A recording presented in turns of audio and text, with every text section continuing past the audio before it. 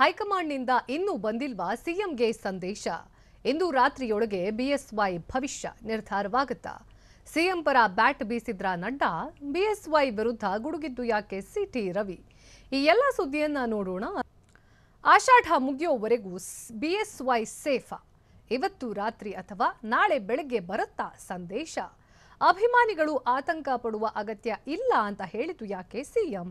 ನೋಡೋಣ. ಸಂದೇಶಕ್ಕಾಗಿ waiting. News top 9 ನಲ್ಲಿ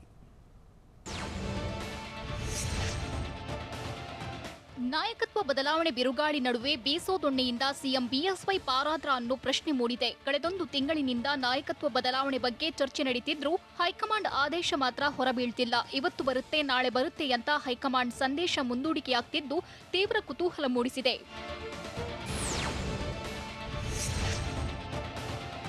CM ಬದಲಾವಣೆ ಬಗ್ಗೆ ಇಂದು ಹೈಕಮಾಂಡ್ ನೀಡಲಿರೋ ಸಂದೇಶ ಅದೆಷ್ಟು ದಿನ ಮುಂದೂಡಿಕೆಯಾಗುತ್ತೆ ಅನ್ನೋದೇ ಕುತೂಹಲ ಕೆರಳಿಸಿದೆ. 2 ದಿನದಲ್ಲೇ ಸಂದೇಶ ಬರುತ್ತಾ? ಒಂದು ವಾರ ಮುಂದೂಡಿಕೆಯಾಗುತ್ತಾ? ಅಥವಾ ಆಷಾಢ ಮುಗಿಯುವವರೆಗೂ ಯಡಿಯೂರಪ್ಪನಿಗೆ ಫುಲ್ ರಿಲೀಫ್ ಅನ್ನೋದನ್ನ ಕಾದು ನೋಡಬೇಕಿದೆ.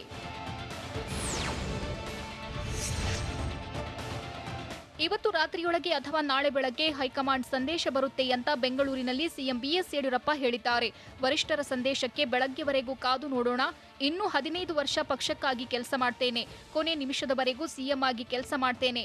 ಸಿಎಂ ಆಗಿ ಮುಂದುವರಿ ಅಂದ್ರೆ ಮುಂದುವರಿಯುತ್ತೇನೆ. ರಾಜೀನಾಮೆ ಕೊಡಿ ಅಂದ್ರೆ ರಾಜೀನಾಮೆ ಸಲ್ಲಿಸ್ತೇನೆ ಅಂದ್ರು.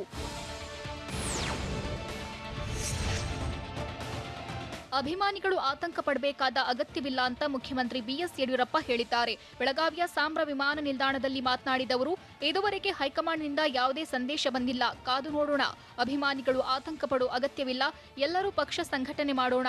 2 ವರ್ಷ ಸರ್ಕಾರ ನಡೆಸಿದ್ದು ನನಗೆ ತೃಪ್ತಿ ತಂದಿದೆ ಅಂತ ಹೇಳಿದ್ರು.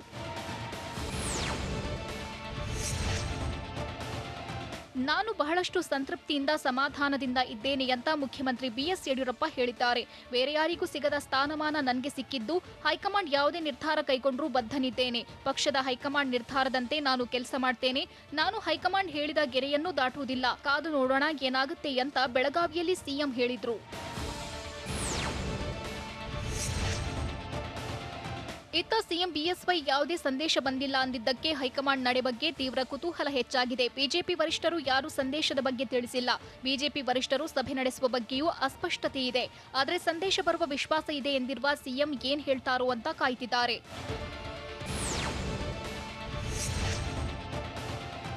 ರಾಜ್ಯದಲ್ಲಿ ಸಿಎಂ ಬದಲಾವಣೆ ಚರ್ಚೆ ಜೋರಾದ ಬೆನ್ನಲ್ಲೇ ಗವರ್ನರ್ ಬೆಂಗಳೂರಲ್ಲಿ ಇಲ್ಲ ಅನ್ನೋ ಸುದ್ದಿ ಕೂಡ ಮುನ್ನೆಲೆಗೆ ಬಂದಿತ್ತು. ಈ ಮೂಲಕ ವಿಪಕ್ಷ ನಾಯಕರು ಸಿಎಂ ರಾಜೀನಾಮೆ ಸದ್ಯಕ್ಕಿಲ್ಲ ಅನ್ನೋ ಮೆಸೇಜ್ ಕೊಟ್ಟಿದ್ರು. ಆದ್ರೀಗ ಥಾವರ್ ಚಂದ್ ಗೆಹ್ಲೋಟ್ ಮಧ್ಯಪ್ರದೇಶದಿಂದ ಬೆಂಗಳೂರಿಗೆ ವಾಪಸ್ಸಾಗಿದ್ದಾರೆ. ಸಿಎಂ ಬದಲಾವಣೆ ಆಗ್ತಾರೆ ಎಂಬುದು ಕೇವಲ ಊಹಾಪೋಹ ಅಂತ ಕೆಂಪೇಗೌಡ ಏರ್ಪೋರ್ಟ್ನಲ್ಲಿ ಸಂಸದ ಬಚ್ಚೇಗೌಡ ಹೇಳಿದ್ದಾರೆ. ವರಿಷ್ಠರ ತೀರ್ಮಾನ ಏನಿರುತ್ತೆ ಎಂಬುದು ಯಾರಿಗೂ ಗೊತ್ತಿಲ್ಲ. ಸಿಎಂ ಬದಲಾವಣೆ ಬಗ್ಗೆ ಇನ್ನೂ 24 ಗಂಟೆ ಸಮಯಾವಕಾಶವಿದೆ. ಹೈಕಮಾಂಡ್ ನಿರ್ಧಾರದ ಬಗ್ಗೆ ಕುತೂಹಲದಿಂದ ಕಾಯ್ತಿದ್ದೇನೆ ಎಂದರು.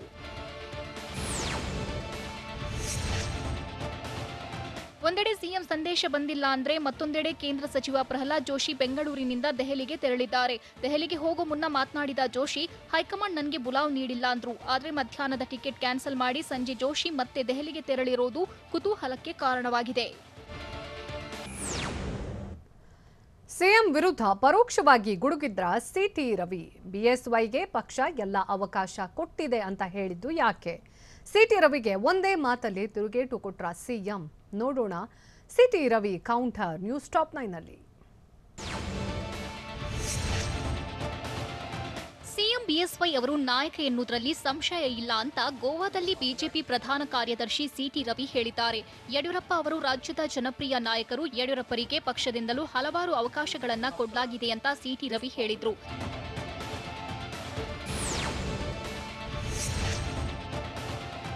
ಬಿಎಸ್ವೈ ಜನಪ್ರಿಯ ನಾಯಕರಾಗಿರೋದ್ರಿಂದ 4 ಬಾರಿ ಸಿಎಂ ಆಗೋ ಅವಕಾಶ ನೀಡಲಾಗಿದೆ ಅಂತ ಸಿಟಿ ರವಿ ಹೇಳಿದ್ದಾರೆ. ಸಿಎಂ ಸ್ಥಾನದ ಜೊತೆ ಪ್ರತಿಪಕ್ಷ ನಾಯಕ ಡಿಸಿಎಂ ಆಗಿದ್ರು. ಬಿಎಸ್ವೈ 4 ಬಾರಿ ಬಿಜೆಪಿ ರಾಜ್ಯಾಧ್ಯಕ್ಷರಾಗಿದ್ರು. ಇಷ್ಟೆಲ್ಲ ಅವಕಾಶ ಕೊಟ್ಟಿದ್ದು ಕಾಂಗ್ರೆಸ್ನವರು ಅಲ್ಲ, ಇಷ್ಟೆಲ್ಲ ಅವಕಾಶ ಕೊಟ್ಟಿದ್ದು ಕಮ್ಯುನಿಸ್ಟರು ಅಲ್ಲ ಅಂದ್ರು.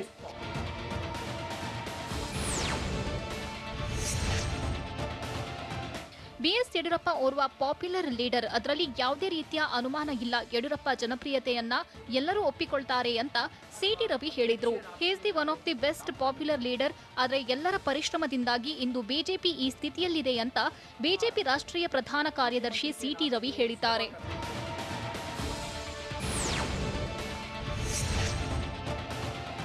ಸಿಎಂ ಸ್ಥಾನದಿಂದ ಬಿಎಸ್ವೈ ಕೆಳಗಿಳಿಯುತ್ತಿರೋದ್ರ ಬಗ್ಗೆ ಬಿಜೆಪಿಯಲ್ಲೇ ಭಿನ್ನಮತ ಶುರುವಾಗಿದೆ.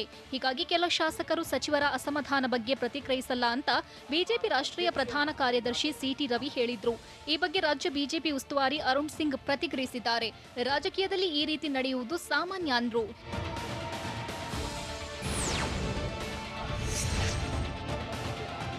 ಬಿಜೆಪಿ ಸಾಮಾನ್ಯ ಕಾರ್ಯಕರ್ತನನ್ನ ನಾಯಕ ಮಾಡುತ್ತೆ ಅಂತ ಸಿಟಿ ರವಿ ಹೇಳಿದ್ದಾರೆ. ಗೋವಾದಲ್ಲಿ ಮಾತನಾಡಿದ ಸಿಟಿ ರವಿ, ಪಕ್ಷ ನಾಯಕತ್ವ ಬೆಳೆಸಿಕೊಳ್ಳುವ ಅವಕಾಶ ನೀಡುತ್ತದೆ. ಕಾರ್ಯಕರ್ತರ ಅವಿರತ ಶ್ರಮದಿಂದ ಇಷ್ಟೆಲ್ಲ ಅವಕಾಶಗಳು ಯಡಿಯೂರಪ್ಪನವರಿಗೆ ದಕ್ಕಿದೆ ಅಂತ ಸಿಟಿ ರವಿ ಹೇಳಿದ್ರು.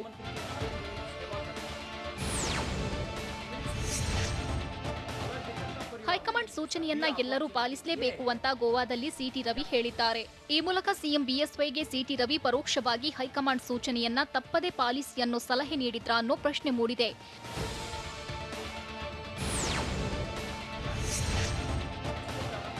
ಬಿಎಸ್ವೈಗೆ ಪಕ್ಷ ಎಲ್ಲ ಅವಕಾಶ ಕೊಟ್ಟಿದೆ ಅಂದಿರೋ ಸಿಟಿ ರವಿ ಮಾತನ್ನ ಸಿಎಂ ಒಪ್ಪಿಕೊಂಡಿದ್ದಾರೆ. ಬೇರೆ ಯಾರಿಗೂ ಸಿಗದ ಸ್ಥಾನಮಾನ ನನಗೆ ಸಿಕ್ಕಿದೆ. ನಾನು ಬಹಳಷ್ಟು ಸಂತೃಪ್ತಿಯಿಂದ ಸಮಾಧಾನದಿಂದ ಇದ್ದೇನೆ ಅಂತ ಸಿಎಂ ಬಿಎಸ್ ಯಡಿಯೂರಪ್ಪ ಸ್ಪಷ್ಟನೆ ನೀಡಿದ್ರು.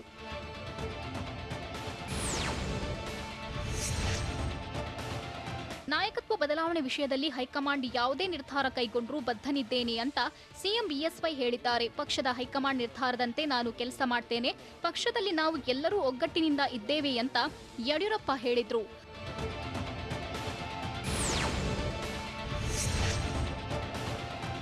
ನೂರು ಮಂದಿ ಸಿದ್ದರಾಮಯ್ಯ ಬಂದರೂ ಬಿಜೆಪಿಯನ್ನ ಅಧಿಕಾರಕ್ಕೆ ತರ್ತೀವಿ ಅಂತ ಸಿಎಂ ಬಿಎಸ್ ಯಡಿಯೂರಪ್ಪ ಹೇಳಿದ್ದಾರೆ. ನಾಯಕ ಸಿಟಿ ರವಿ ಹೇಳಿದ್ದು 100ಕ್ಕೆ 100ರಷ್ಟು ಸತ್ಯ. ನಾನು ಹೈಕಮಾಂಡ್ ಹೇಳಿದ ಗೆರೆಯನ್ನೂ ದಾಟುವುದಿಲ್ಲ ಅಂತ ಸಿಎಂ ಎಲ್ಲ ಗೊಂದಲಗಳಿಗೆ ತೆರೆ ಎಳೆದ್ರು. ಸದ್ಯಕ್ಕೆ ಸಿಎಂ ಕುರ್ಚಿಯಿಂದ ಕೆಳಗಿಳಿಯೋದಿಲ್ವಾ ಬಿಎಸ್ವೈ?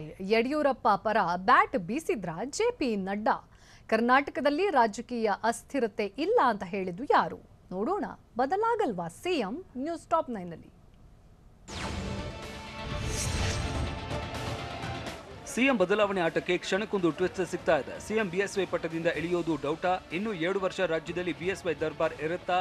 ಬೀಸೋ ದೋಣಿಯಿಂದ ಬಿಎಸ್ವೈ ಪಾರಾದ್ರ? ಬಿಎಸ್ವೈ ರಾಜೀನಾಮೆ ನೀಡೋದು ಸುಳ್ಳ ಅನ್ನೋ ಅನುಮಾನ ಶುರುವಾಗಿದ್ದು, ಇದಕ್ಕೆಲ್ಲ ಜೆಪಿ ನಡ್ಡಾ ಟ್ವಿಸ್ಟ್ ಕೊಟ್ಟಿದ್ದಾರೆ.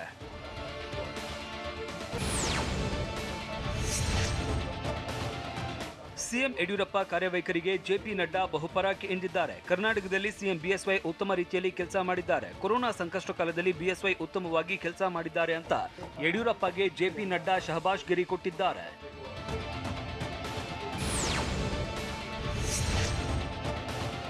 ಯಡಿಯೂರಪ್ಪರನ್ನ ಬದಲಿಸಬೇಕು ಅಂತ ನಿಮಗೆ ಅನಿಸಿರಬಹುದು, ಆದರೆ ನನಗೆ ಅನಿಸಿಲ್ಲ ಅಂತ ಗೋವಾದಲ್ಲಿ ಬಿಜೆಪಿ ರಾಷ್ಟ್ರೀಯ ಅಧ್ಯಕ್ಷ ಜೆಪಿ ನಡ್ಡಾ ಹೇಳಿದ್ದಾರೆ. ಯಡಿಯೂರಪ್ಪ ಕರ್ನಾಟಕದಲ್ಲಿ ಉತ್ತಮ ಕೆಲಸ ಮಾಡ್ತಾ ಇದ್ದಾರೆ. ಹೀಗಾಗಿ ಬಿಎಸ್ವೈರನ್ನ ಸಿಎಂ ಸ್ಥಾನದಿಂದ ಕೆಳಗಿಳಿಸಬೇಕು ಅಂತ ನನಗೆ ಅನಿಸ್ತಿಲ್ಲ ಅಂತ ಜೆಪಿ ನಡ್ಡಾ ಹೇಳಿದ್ರು.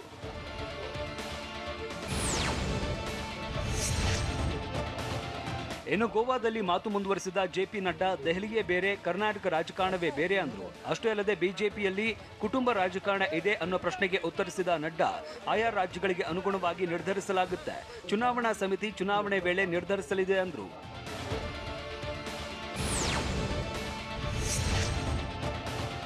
ಬದಲಾವಣೆ ಬಡಿದಾಟದಲ್ಲಿ ಸಿಎಂ ಕಾಲೆಳೆದ ಸಿಟಿ ರವಿಗೆ ಯಡಿಯೂರಪ್ಪ ಮುಟ್ಟಿ ನೋಡಿಕೊಳ್ಳುವಂತೆ ತಿರುಗೇಟು ಕೊಟ್ಟಿದ್ದಾರೆ. ಕಾರ್ಯಕರ್ತನನ್ನ ಪಕ್ಷ ನಾಯಕನನ್ನಾಗಿ ಮಾಡುತ್ತೆ ಅಂದಿದ್ದಕ್ಕೆ ಸಿಎಂ ಹೌದು, ನಾನು ಸಾಮಾನ್ಯ ಕಾರ್ಯಕರ್ತ ಅಂದಿದ್ದಾರೆ. ಸಿಟಿ ರವಿ ಹೇಳಿದಂತೆ ಪಕ್ಷ ನನಗೆ ಎಲ್ಲವನ್ನೂ ಕೊಟ್ಟಿದೆ. ಅದಕ್ಕಾಗಿ ಮೋದಿ, ಅಮಿತ್ ಶಾ, ನಡ್ಡಾಗೆ ಅಭಿನಂದನೆ ಸಲ್ಲಿಸುತ್ತೇನೆ ಎಂದರು.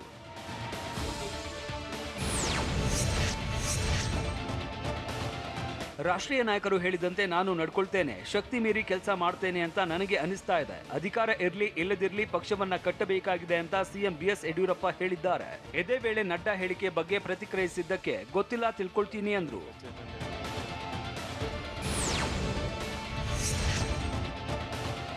ಇನ್ನು ಹೈಕಮಾಂಡ್ನಿಂದ ಸಂದೇಶ ಬಂದಿದ್ಯಾ ಅನ್ನೋ ಪ್ರಶ್ನೆಗೆ ಸಿಎಂ ಯಡಿಯೂರಪ್ಪ ಸ್ಪಷ್ಟ ಉತ್ತರವನ್ನೇ ಕೊಟ್ಟಿಲ್ಲ. ಕಾದು ನೋಡೋಣ ಅನ್ನುವ ಒಂದೇ ಒಂದು ಮಾತು ಹೇಳಿ ಬೆಳಗಾವಿಯಲ್ಲಿ ಸಿಎಂ ಬಿಎಸ್ ಯಡಿಯೂರಪ್ಪ ಮುಂದೆ ಹೊರಟು ಹೋದ್ರು.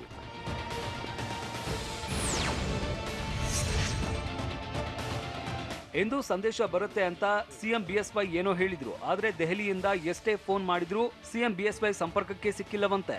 ಸಿಎಂ ಬೆಳಗಾವಿಯಲ್ಲಿ ಇರುವ ಕಾರಣ ನಾಟ್ ರೀಚಬಲ್ ಆಗಿದ್ದಾರೆ. ಆದ್ರೂ ಯಡಿಯೂರಪ್ಪನಿಗೆ ಹೈಕಮಾಂಡ್ ನಿರಂತರವಾಗಿ ಫೋನ್ ಮಾಡ್ತಿದ್ದಾರೆ.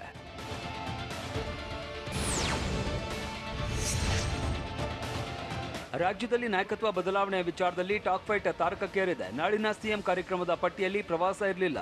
ಆದರೂ ಕೂಡ ನಾಳೆ ಪ್ರವಾಹ ಪರಿಶೀಲನೆಗೆ ಕಾರವಾರಕ್ಕೆ ತೆರಳುತ್ತೇನೆ ಅಂತ ಸಿಎಂ ಹೇಳಿದ್ದಾರೆ. ಸೋಮವಾರ ಕೇವಲ ಮಧ್ಯಾಹ್ನದವರೆಗೆ ಮಾತ್ರ ಸಿಎಂ ಕಾರ್ಯಕ್ರಮ ಇತ್ತು. ಮಧ್ಯಾಹ್ನದ ಬಳಿಕ ಯಾವ ಕಾರ್ಯಕ್ರಮ ನಿಗದಿಯಾಗಿರಲಿಲ್ಲ. ಈಗ ಏಕಾಏಕಿ ಕಾರವಾರಕ್ಕೆ ತೆರಳೋದಾಗಿ ಸಿಎಂ ಹೇಳಿದ್ದು, ಈ ಮೂಲಕ ಹೈಕಮಾಂಡ್ಗೆ ಪರೋಕ್ಷ ಟಾಂಗ್ ಕೊಟ್ರ ಎನ್ನಲಾಗ್ತಿದೆ. ಏಕಾಏಕಿ ದೆಹಲಿಗೆ ಹೋಗಿದ್ಯಾಕೆ ನಿರಾಣಿ? ಬಿಎಸ್ವೈ ಅವರನ್ನ ಹೊಗಳೋ ಮೂಲಕ ಸುಳಿವು ಕೊಟ್ರ ಕಟೀಲು. ಸಿಎಂ ಮೇಲೆ ಮುನಿಸಿಕೊಂಡ್ರ ಜಾರಕಿಹೊಳಿ ಬ್ರದರ್ಸ್. ನೋಡೋಣ ಬಿಜೆಪಿಯಲ್ಲಿ ಟೆನ್ಷನ್. ನ್ಯೂಸ್ ಟಾಪ್ 9ನಲ್ಲಿ ಇಂದು ಹೈಕಮಾಂಡ್ನಿಂದ ಸಂದೇಶ ಬರುತ್ತೆ ಅಂತ ಸಿಎಂ ಬಿಎಸ್ವೈ ಹೇಳಿರೋ ಬೆನ್ನಲ್ಲೇ ಸಚಿವ ಮುರುಗೇಶ್ ನಿರಾಣಿ ದೆಹಲಿಗೆ ಹಾರಿದ್ದಾರೆ. ಕೆಂಪೇಗೌಡ ಏರ್ಪೋರ್ಟ್ನಿಂದ ನಿರಾಣಿ ದಿಢೀರನೆ ದೆಹಲಿಗೆ ತೆರಳಿದ್ದಾರೆ. ಹೀಗಾಗಿ ಸಚಿವ ಮುರುಗೇಶ್ ನಿರಾಣಿಗೆ ಸಿಎಂ ಪಟ್ಟ ಉಳಿಯೋ ಅವಕಾಶ ಇದೆಯಾ ಅನ್ನೋ ಕುತೂಹಲ ಹೆಚ್ಚಾಗಿದೆ.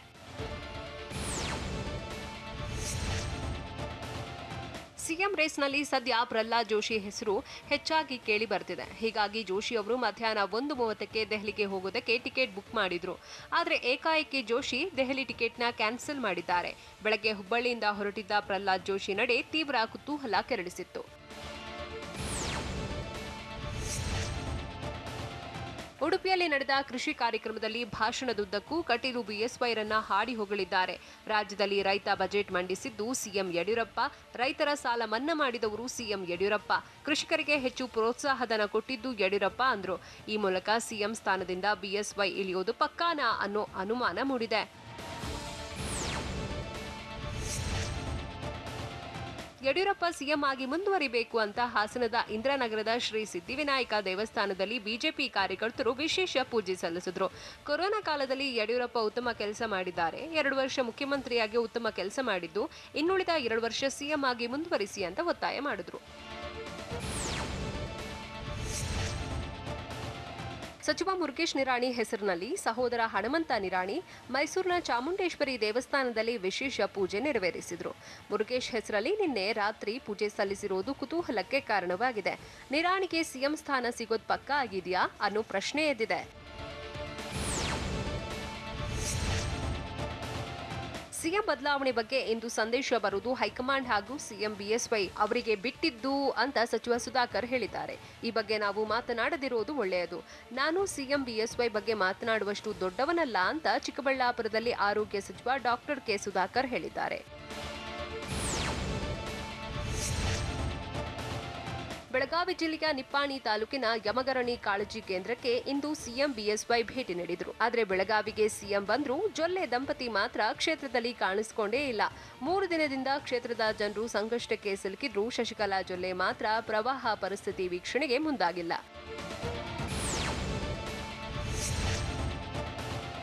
ಸಿಎಂ ಮೇಲೆ ಜಾರಕಿಹೊಳಿ ಬ್ರದರ್ಸ್ ಮುನಿಸ್ಕೊಂಡ್ರ ಅನ್ನೋ ಅನುಮಾನ ಶುರುವಾಗಿದೆ.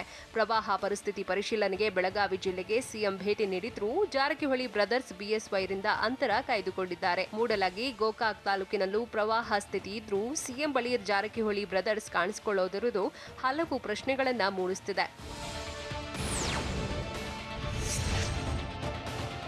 ಬಿಎಸ್ವೈ ಅಧಿಕಾರಕ್ಕೆ ಬಂದಾಗಿಂದಲೂ ಅನಿಶ್ಚಿತತೆ ಇದೆ ಅಂತ ಬೆಂಗಳೂರಲ್ಲಿ ಕೆಪಿಸಿಸಿ ಅಧ್ಯಕ್ಷ ಡಿಕೆ ಶಿವಕುಮಾರ್ ಹೇಳಿದ್ದಾರೆ. ಇವತ್ತು ರಾಜ್ಯಪಾಲ ಥಾವರ್ ಚಂದ್ ಗೆಹ್ಲೋಟ್ ಊರಲ್ಲಿಲ್ಲ. ಗವರ್ನರ್ ಬಂದ ನಂತರ ನೀವು ಅವರು ಮಾತಾಡಿ ಅಂದ್ರು. ಈ ಮೂಲಕ ಪರೋಕ್ಷವಾಗಿ ಇಂದು ಸಿಎಂ ಬದಲಾಗೋದಿಲ್ಲ ಅಂದ್ರು. ಮಠಾಧೀಶರ ಸಭೆಯಲ್ಲಿ ಹೈಡ್ರಾಮಾ ನಡೆದಿದ್ದು ಯಾಕೆ? ಜೋಶಿ, ಸಂತೋಷ್ ವಿರುದ್ಧ ಆಕ್ರೋಶ ವ್ಯಕ್ತಪಡಿಸೋಕೆ ಕಾರಣ ಏನು? ಮಠಾಧೀಶರನ್ನ ಸಿಎಂ ಮಾಡಿ ಅಂತ ಹೇಳ್ತಾ ಇರೋದು ಯಾರು? ನೋಡೋಣ ಮಠಾಧೀಶರ ಸರ್ಕಸ್ ನ್ಯೂಸ್ ಟಾಪ್ 9ನಲ್ಲಿ.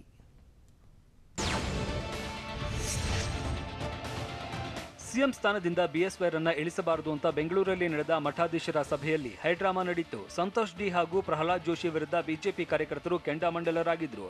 ಯಡಿಯೂರಪ್ಪರನ್ನೇ ಸಿಎಂ ಆಗಿ ಮುಂದುವರಿಸಬೇಕು, ಯಾವುದೇ ಕಾರಣಕ್ಕೂ ಯಡಿಯೂರಪ್ಪರನ್ನ ಕೆಳಗಿಳಿಸಬಾರದು ಅಂತ ಒತ್ತಾಯಿಸಿದ್ರು.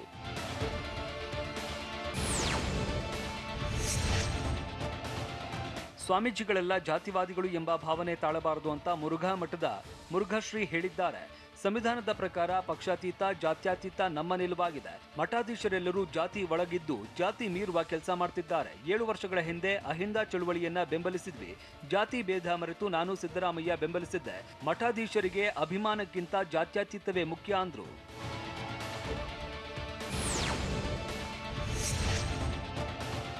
ಇನ್ನು ಮಾತು ಮುಂದುವರೆಸಿದ ಮುರುಘಶ್ರೀ ಸಿಎಂ ಬಿಎಸ್ವೈ ರದ್ದು ಅಭಿವೃದ್ಧಿ ಪರವಾದ ರಾಜಕಾರಣವಾಗಿದ್ದಾರೆ. ಕರ್ನಾಟಕದಲ್ಲಿ ನಾಯಕತ್ವದ ಬಿಕ್ಕಟ್ಟು ಆಗಿದೆ. ಮುಂದಿನ ನಾಯಕರ ಬಗ್ಗೆ ಸ್ಪಷ್ಟನೆ ಕಂಡು ಬರ್ತಾ ಇಲ್ಲ. ಇನ್ನು ಈ ಎಲ್ಲಾ ಶಾಸಕರು ನಿರ್ಧಾರ ಮಾಡ್ತಾರೆ. ಈಗಿನ ಸಮಸ್ಯೆ ಬಗ್ಗೆ ಗಂಭೀರವಾಗಿ ಆಲೋಚಿಸಬೇಕು. ಇದು ಒಂದು ರೀತಿಯ ಬಿಸಿ ತುಪ್ಪವಾಗಿದೆ ಅಂತ ಮುರುಘಶ್ರೀ ಹೇಳಿದ್ರು.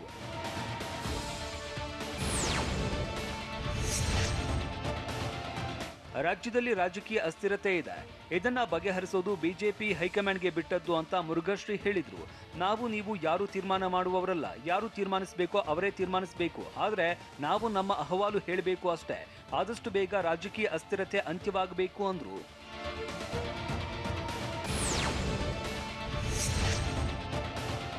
ಯಡಿಯೂರಪ್ಪಗೆ ಅನ್ಯಾಯವಾಗ್ತಾ ಇದೆ ಅಂತ ಕೇಳಿ ಬರ್ತಾ ಇದೆ. ಹೀಗಾಗಿ ನಾವು ಸಿಎಂ ಬಿಎಸ್ವೈಗೆ ಬೆಂಬಲಕ್ಕೆ ನಿಂತಿದ್ದೇವೆ ಅಂತ ಬೆಂಗಳೂರಲ್ಲಿ ರುದ್ರಮುನಿ ಸ್ವಾಮೀಜಿ ಹೇಳಿದ್ರು. ಬಿಎಸ್ವೈ ಬೆಂಬಲಿಗ ಸಮುದಾಯಕ್ಕೆ ಸೀಮಿತವಾಗಿಲ್ಲ. ಸಿಎಂ ಬಿಎಸ್ವೈ ಎಲ್ಲಾ ಸಮುದಾಯಕ್ಕೂ ಬೇಕಾದ ವ್ಯಕ್ತಿಯಾಗಿದ್ದಾರೆ. ಎಲ್ಲಾ ಸಮುದಾಯದವರು ಬಿಎಸ್ವೈಗೆ ಬೆಂಬಲ ವ್ಯಕ್ತಪಡಿಸಿದ್ದಾರೆ. ಸಿಎಂ ಹುದ್ದೆಯಲ್ಲಿ ಇದ್ದವರನ್ನ ಗೌರವಯುತವಾಗಿ ಕಳಿಸಿಕೊಡಬೇಕು ಅಂದ್ರು.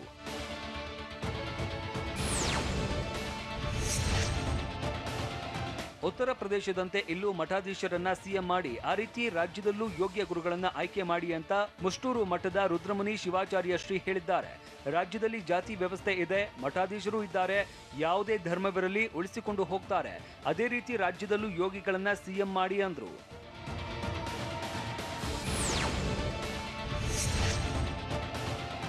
ಸಿಎಂ ವಿರೋಧಿ ಬಣಕ್ಕೆ ದಿಂಗಾಲೇಶ್ವರ ಸ್ವಾಮೀಜಿ ಟಾಂಗ್ ಕೊಟ್ಟಿದ್ದಾರೆ. ಕಳೆದ ವರ್ಷ ನೆರೆ ಬಂದಾಗ ಬಿಎಸ್ವೈ 45 ದಿನ ಒಬ್ಬರೇ ಕೆಲಸ ಮಾಡಿದ್ದಾರೆ.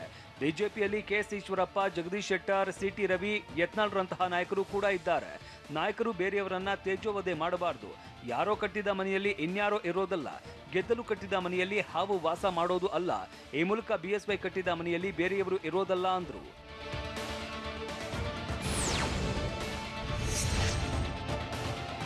ನಾವು ಮಠಾಧೀಶರು ಶಕ್ತಿ ಪ್ರದರ್ಶನ ಮಾಡಲು ಬಂದಿಲ್ಲ. ಬಿಎಸ್ವೈ ಅವರ ಮಕ್ಕಳು ಸಮಾವೇಶ ಆಯೋಜಿಸಿದ್ದಾರೆ ಅನ್ನೋದು ಸುಳ್ಳು ಸುದ್ದಿ ಅಂತ ದಿಂಗಾಲೇಶ್ವರ ಸ್ವಾಮೀಜಿ ಹೇಳಿದ್ದಾರೆ. ಸಮಾವೇಶ ನಡೆಸುವಂತೆ ಸಿಎಂ ಮಕ್ಕಳು ಯಾರೂ ಹೇಳಿಲ್ಲ, ನಾವೇ ಮಾಡ್ತಿದ್ದೇವೆ ಅಂದ್ರು.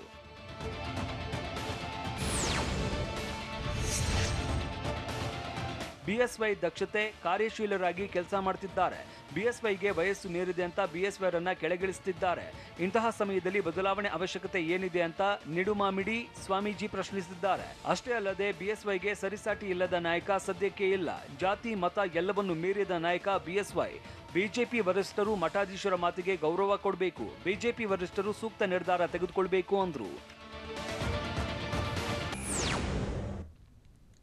ಪ್ರವಾಹಕ್ಕೆ ಸಿಲುಕಿ ಬಾಣಂತಿ ಪರದಾಡಿದ್ದು ಎಲ್ಲಿ? ಜೀವ ಒತ್ತೆ ಇಟ್ಟು ಎಮ್ಮೆಯನ್ನ ರಕ್ಷಿಸಿದ್ದು ಹೇಗೆ? ಯುವಕ ಸಿಎಂ ವಿರುದ್ಧ ಸಂತ್ರಸ್ತರು ಕಿಡಿಕಾರಿದ್ದು ಯಾಕೆ? ನೋಡೋಣ ವರುಣಾರ್ಭಟ ನ್ಯೂಸ್ ಟಾಪ್ 9 ನಲ್ಲಿ.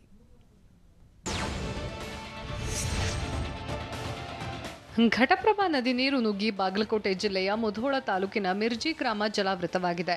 ಮನೆಗೆ ನೀರು ನುಗ್ಗಿದ್ರಿಂದ 4 ತಿಂಗಳ ಬಾಣಂತಿ ಪರದಾಡಿದ್ರು. ಇದೇ ಊರಿನಲ್ಲಿದ್ರೆ ಏನಾಗುತ್ತೋ ಏನೋ ಗೊತ್ತಿಲ್ಲ, ಹೀಗಾಗಿ ಬೇರೆ ಗ್ರಾಮಕ್ಕೆ ಹೋಗ್ತಿದ್ದೀವಿ ಅಂತ ಅಳಲು ತೋಡಿಕೊಂಡ್ರು. ಬೇರೆ ಊರಿನಲ್ಲಿ ಬಾಡಿಗೆ ಮನೆಯಲ್ಲಿ ಇರಬೇಕಾದ ಪರಿಸ್ಥಿತಿ ಬಂದಿದೆ ಅಂತ ಬೇಸರ ವ್ಯಕ್ತಪಡಿಸಿದ್ರು.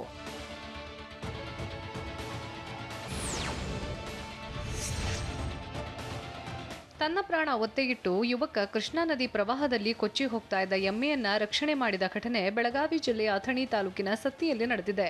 ನದಿ ದಂಡೆ ಮೇಲೆ ಮೇಯುವಾಗ ಏಕಾಏಕಿ ನೀರು ಬಂದು 2 ಎಮ್ಮೆಗಳು ಕೊಚ್ಚಿ ಹೋಗಿದ್ವು. ಈ ವೇಳೆ ಆನಂದ್ ಅನ್ನೋ ಯುವಕ ಕೂಡಲೇ ನದಿಗೆ ಹಾರಿ ಒಂದು ಎಮ್ಮೆಯನ್ನ ಎಳೆದು ದಡಕ್ಕೆ ತಂದಿದ್ದಾನೆ.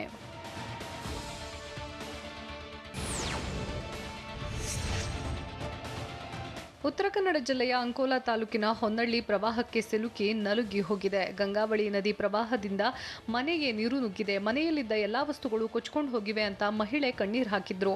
ನನ್ನ ಪತಿ ಅಪಘಾತದಲ್ಲಿ ಮೃತಪಟ್ಟಿದ್ದಾರೆ. ಈಗ ಮನೆಗೆ ದಿಕ್ಕು ತೋಚದ ಪರಿಸ್ಥಿತಿಯಲ್ಲಿದ್ದೀವಿ. ಮನೆಯಲ್ಲಿ ಚಿಕ್ಕ ಮಕ್ಕಳಿದ್ದಾರೆ, ತಿನ್ನೋಕೆ ಅನ್ನವೂ ಇಲ್ಲ. ದಯವಿಟ್ಟು ನಮಗೆ ಸಹಾಯ ಮಾಡಿ ಅಂತ ಮನವಿ ಮಾಡಿದ್ರು.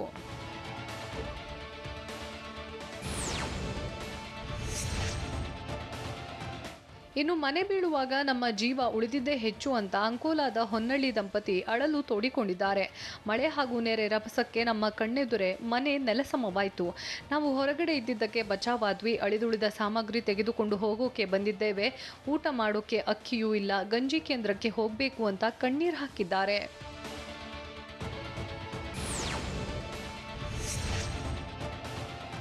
ದಾವಣಗೆರೆ ಜಿಲ್ಲೆಯ ಹರಿಹರದ ಗಂಗಾನಗರದಲ್ಲಿರುವ ಮನೆಗಳಿಗೆ ತುಂಗಭದ್ರಾ ನದಿಯ ನೀರು ನುಗ್ಗಿದೆ. ಇದರಿಂದ ನೊಂದ ಸಂತ್ರಸ್ತರು ಮನೆಗೆ ನೀರು ನುಗ್ಗಿದಾಗ ಅಧಿಕಾರಿಗಳು ಬರ್ತಾರೆ, ಮನೆಯಿಂದ ಕಾಳಜಿ ಕೇಂದ್ರಕ್ಕೆ ನಮ್ಮನ್ನ ಕರೆದೊಯ್ತಾರೆ, ಮಳೆ ಕಡಿಮೆಯಾಗಿದೆ ಅಂತ ಹೇಳಿ ವಾಪಸ್ ಕಳುಹಿಸ್ತಾರೆ. ನಮ್ಮ ಸಮಸ್ಯೆಯನ್ನ ಎಲ್ಲರಿಗೂ ಹೇಳಿ ಸಾಕಾಗಿ ಹೋಗಿದೆ, ದಯವಿಟ್ಟು ನಮಗೆ ಶಾಶ್ವತ ಪರಿಹಾರ ಕಲ್ಪಿಸಿಕೊಡಿ ಅಂತ ಮನವಿ ಮಾಡಿದ್ರು.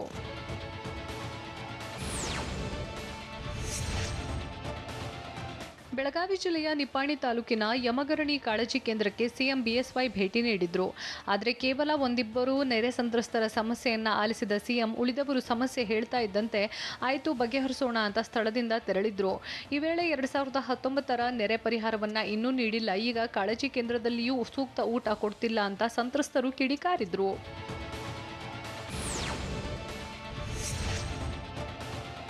ಬೆಳಗಾವಿ ಜಿಲ್ಲೆಯಲ್ಲಿ ತರಾತುರಿಯಲ್ಲಿ ನೆರೆ ಪ್ರದೇಶ ವೀಕ್ಷಿಸಿದ ಸಿಎಂ ಬಿಎಸ್ವೈ ಯಾರೊಂದಿಗೂ ಸರಿಯಾಗಿ ಮಾತನಾಡದೆ ವಾಪಸ್ಸಾಗಿದ್ದಾರೆ. ಜಿಲ್ಲೆಯ 5 ಕಡೆಗಳಲ್ಲಿ ತರಾತುರಿಯಲ್ಲೇ ಸಿಎಂ ವೀಕ್ಷಣೆ ಮಾಡಿದ್ದು, ಸಿಎಂ ಬಂದು ಹೋದ್ರೂ ಯಾವುದೇ ಪ್ರಯೋಜನ ಆಗಲಿಲ್ಲ ಅಂತ ಸಿಎಂ ವಿರುದ್ಧ ನೆರೆ ಸಂತ್ರಸ್ತರು ಆಕ್ರೋಶ ವ್ಯಕ್ತಪಡಿಸಿದ್ದಾರೆ.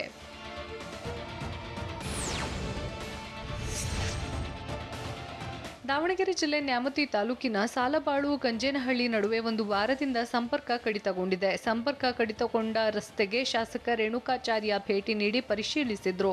ಈ ವೇಳೆ ಬ್ರಿಡ್ಜ್ ಕಮ್ ಬ್ಯಾರೇಜ್ ನಿರ್ಮಿಸುವಂತೆ ಅಧಿಕಾರಿಗಳಿಗೆ ಸೂಚಿಸಿದ್ರು. ಅತಿವೃಷ್ಟಿಯಿಂದ ಅವಳಿ ತಾಲೂಕಿನಲ್ಲಿ ಅಪಾರ ಪ್ರಮಾಣದ ಹಾನಿಯಾಗಿದೆ. ಹೊನ್ನಾಳಿ ನ್ಯಾಮತಿ ತಾಲೂಕು ಅತಿವೃಷ್ಟಿ ಪೀಡಿತ ಅಂತ ಘೋಷಿಸಿ ಅಂತ ಸಿಎಂ ಅವರಿಗೆ ಹೊನ್ನಾಳಿ ಶಾಸಕ ರೇಣುಕಾಚಾರ್ಯ ಮನವಿ ಮಾಡಿದ್ದಾರೆ.